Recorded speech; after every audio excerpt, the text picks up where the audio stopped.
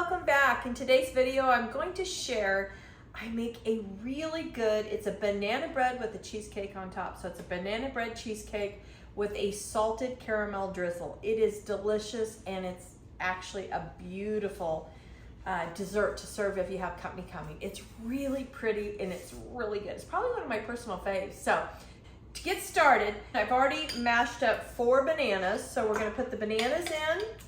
This is one of those recipes where you just dump everything in one bowl and make sure that it's all incorporated. Okay, so we've got the bananas in there, 1.5 cups of flour. It's always hard to do this backwards. Let's get that in there. Okay, and then I've got 1/2 cup of white sugar. I've got 1 egg. You can beat it, but there's really no need on this.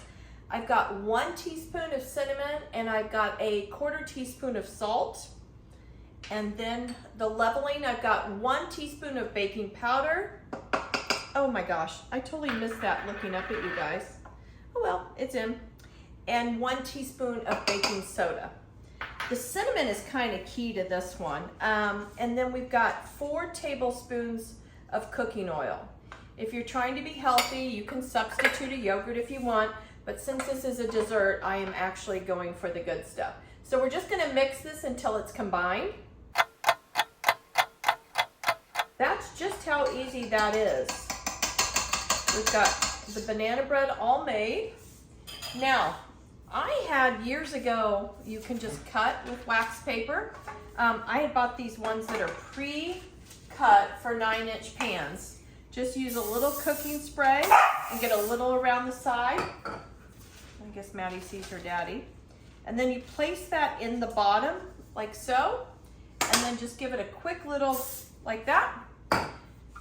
And then all we're gonna do is unlatch this. You're going to put all the batter in. Make sure you get it all. Okay, so then you're just going to spread this out evenly.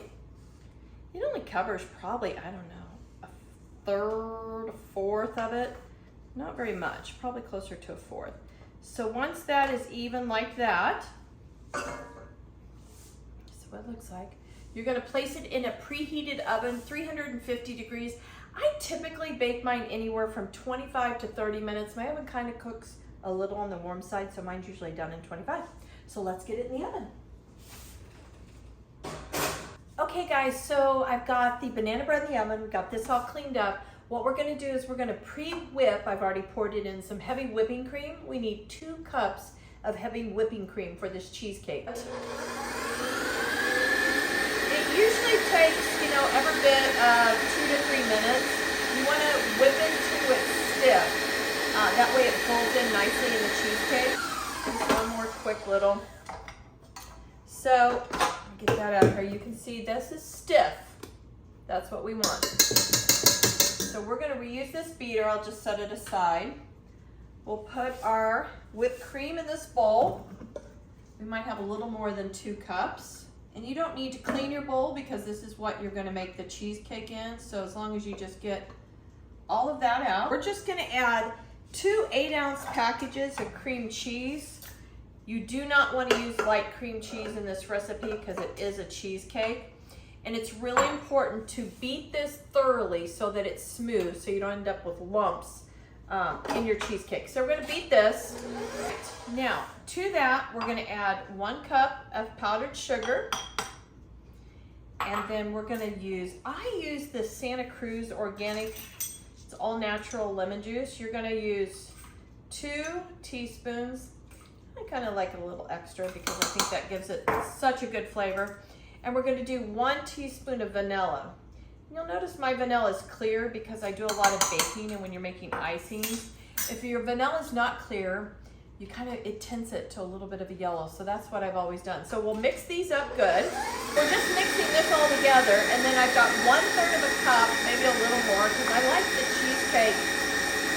I like a New York cheesecake because it has that sour cream topping. I like the bite, the sour bite with the sweetness. So that's what the sour cream kind of adds to this. So I'm just gonna scrape this down. real quick. Now, if this isn't the easiest cheesecake you've ever made, I don't know what is. Okay, so that is all incorporated. So all we're gonna do now is add 1/3 cup of sour cream. We're gonna blend that in. Okay. So there you guys go. That is as easy as it can get for a cheesecake. And then all we're gonna do is we're gonna fold in our whipped cream. We're just gonna fold it in. So you just put it in there, about 2 cups. That's a very generous 1 cup. 2 cups, maybe a little extra. Actually, I'm gonna save that for the topping. And when you fold something in, you just kind of go around and gently fold it in. You do not want to use your blender because you'd be deflating your egg whites, what we just worked so hard to get there. So it just takes a few times going around. So I would say that is nice and blended. So now I've got about 10 minutes left on my banana bread. So I'm going to set this in the fridge to continue to chill. Then once we take our banana bread out of the oven, I'll let it sit and cool. It has to be completely cooled before you put the cheesecake on top. Okay, so the banana bread's about ready to come out of the oven. I've got the cheesecake chilling in the fridge. Oh yeah, it's perfect. It's pulled away from the sides, and if you push down, it comes out. So I'm just gonna set this here to cool. Okay guys, it's been about an hour. The banana cake is completely cooled. I use an offset spatula because it bends down so you can go around. So we just put this in. It's very, very thick and very, very good. The presentation is just beautiful.